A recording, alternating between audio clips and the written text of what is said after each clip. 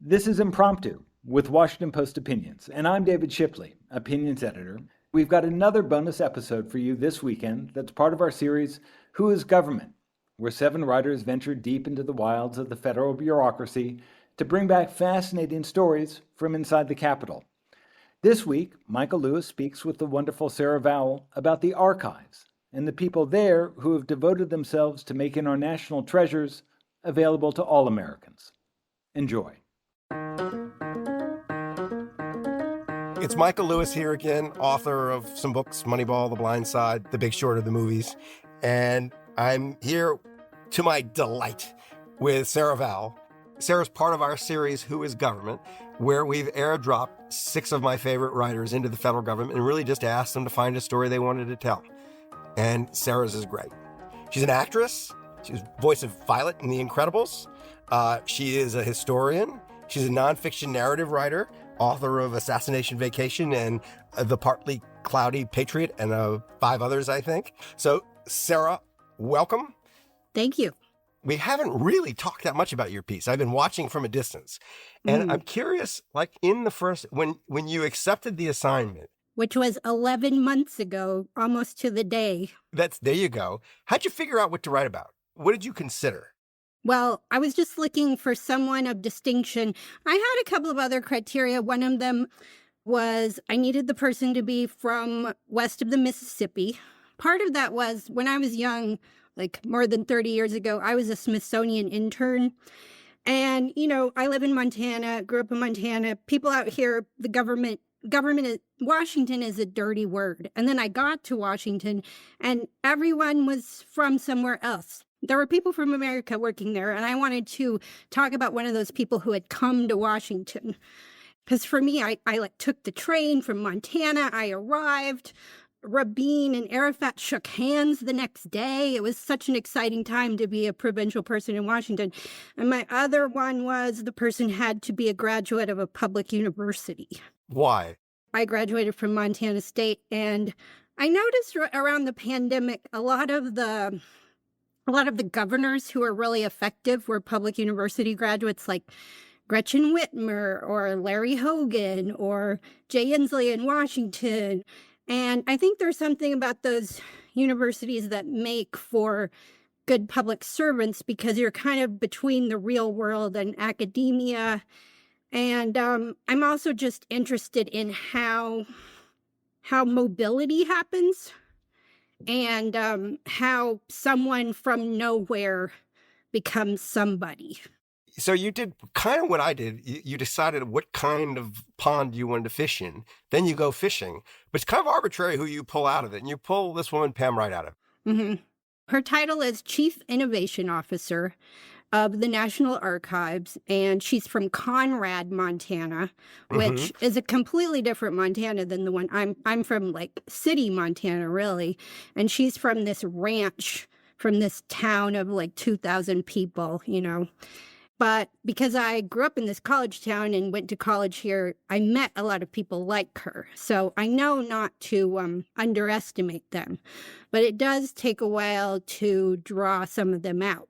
She's not a natural braggart. What interested you about what she was doing? I mean, I write books about history and I do spend a lot of time in archives. And one thing that appealed to me is, so she's in charge of sharing the contents of the National Archives online with the public. And I've spent a lot of time in archives, traveling to archives. There's always a bunch of rules. It's really expensive.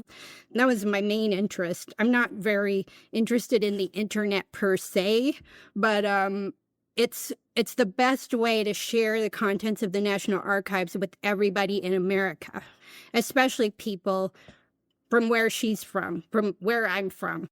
It's been kind of her life's work, just to make as many records available as possible to as many Americans as possible. So that was like a democratic spirit to that, and public service in the most basic sense. What is the hunger or appetite for access to the National Archives in the country? A lot of it is military veterans who need their service records or their discharge papers.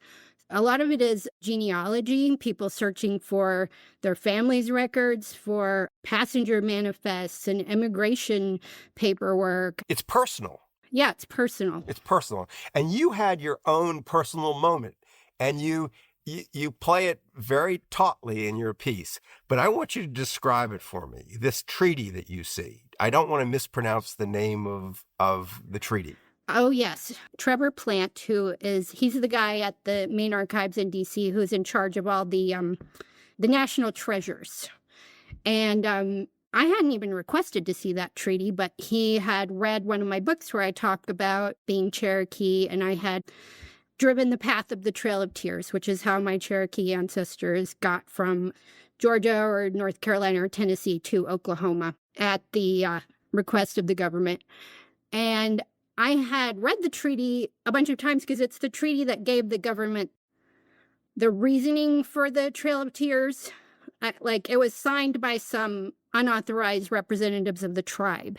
And once the government had this treaty, they started rounding people up and marching them cross country at gunpoint. Some of them went by water, but he showed it to me. I, recognized a lot of the names. One of them was my great-great-grandfather's commander in the Civil War. And I just immediately started weeping because it was a death warrant. 4,000 people died because of this piece of paper. And I exist because of this piece of paper. All of my relatives exist because of this piece of paper. And it was just incredibly primal to see that paper and see those names. When you describe that, I thought this is happening over and over and over in the country when people access this archive. People are having this emotional connection. I was honestly very embarrassed to just start crying. As a reporter, you don't want to do that, but I had no control over it. It was just kind of instantaneous. But that was another reason that Pam appealed to me, because I knew I could tell her story through other documents in the archives, and that's what we do. When I was talking to you about people who went to public universities, we look at the Higher Education Act of 1965, and I had asked her, were you a work study student? Because she's just from some ranch somewhere, and she has this big fancy job. How do you get from A to B? Yeah. And because I was a work study student, we had almost the exact same, experience with that. And she answered, yeah. Explain that. Explain your experience. What it is, it's in the Higher Education Act of 1965. The most famous of the provisions in that act is the Pell Grant, which is, just free money. But work study was about giving needy students a way to earn extra money, because a lot of us put ourselves through school, and also to get work experience. And so she was hired as a work study student at the Mansfield Library in their archives to transcribe oral history interviews with smoke jumpers. They're the wildland firefighters in the West. And that was her first middle-class job experience. It was her first work experience. After she graduated, she started working for a research firm in Missoula, Montana, that would send her to the National Archives, and that's how she ended up at the National Archives. For me, it was at the Museum of the Rockies, also in an archives, cataloging photographs of trains. And I ran into my old work study supervisor last year, and I asked him, what was I like? And he said, because I had such a blue-collar life with so many blue-collar jobs, he said, you were really excited to have a job you didn't have to take a shower after. I had never had a job where I didn't need a shower after. I'd worked in food service, and I was a maid. I was, childcare, and I was a waitress. And so that program, I think, gives a lot of working class kids a chance at imagining a sort of professional life. And that's what happened to her, and me. So we're standing there, we're looking at Higher Education Act of 1965, and she wouldn't be standing there without that law. And neither would I, probably, So there was a kind of circular thing about the National Archives, how all of these random documents and laws and decisions by presidents or Congress like go thundering down the ages. And I think every American can find their story there, whether we want to or not. I understand why you care so much about it. Explain to me why she cares so much. I think when she thinks about who she's serving, when she thinks about the taxpayers, she thinks about the people she grew up with. And I think a lot of people with, especially with a working class background, feel that way. Like, I remember once Bruce Springsteen talking about how he feels accountable to the people he grew up with. That's why he tells their stories. It's not hard to see why the work is important. No. Not at all. Some of this stuff is really like live or die, especially the military records. I mean, people who are looking for their discharge papers or service records because they need insurance or they have cancer. Some of this stuff is just really basic information that they need to access and they don't know how. I mean, one of the great programs she started is called History Hub. And it's just a pure public service where anyone can type in a question to the National Archives and get it answered. And a lot of those questions are like, where are my Air Force discharge papers? How do I find that? Some of them are like really deep questions they ask, like, what were the founders' intentions? It's like, whoa. Is it a human being that's answering those questions? Yeah, it's people who work at National Archives, other government agencies, and another one of her great contributions were her volunteer corps. They're called the Citizen Archivists.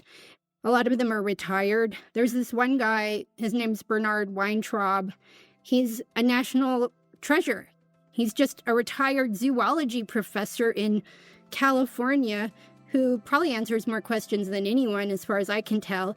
And he's helped thousands of people. And he was just sitting there and, she started these volunteer programs because she actually believes the people of the United States have knowledge, and she had a hunch they would want to share that knowledge.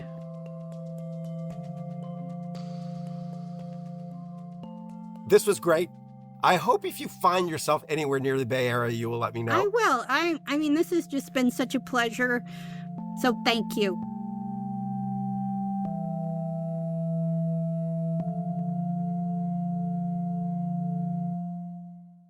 Thanks for listening to Impromptu. We'll link to Sarah's article and all the others in this series in our show notes. This episode was produced by Hadley Robinson, edited by Millie Mitra, and mixed by Emma Munger. And for Who is Government fans, we have one more coming your way very soon. W. Kamau Bell on the next generation of bureaucratic heroes.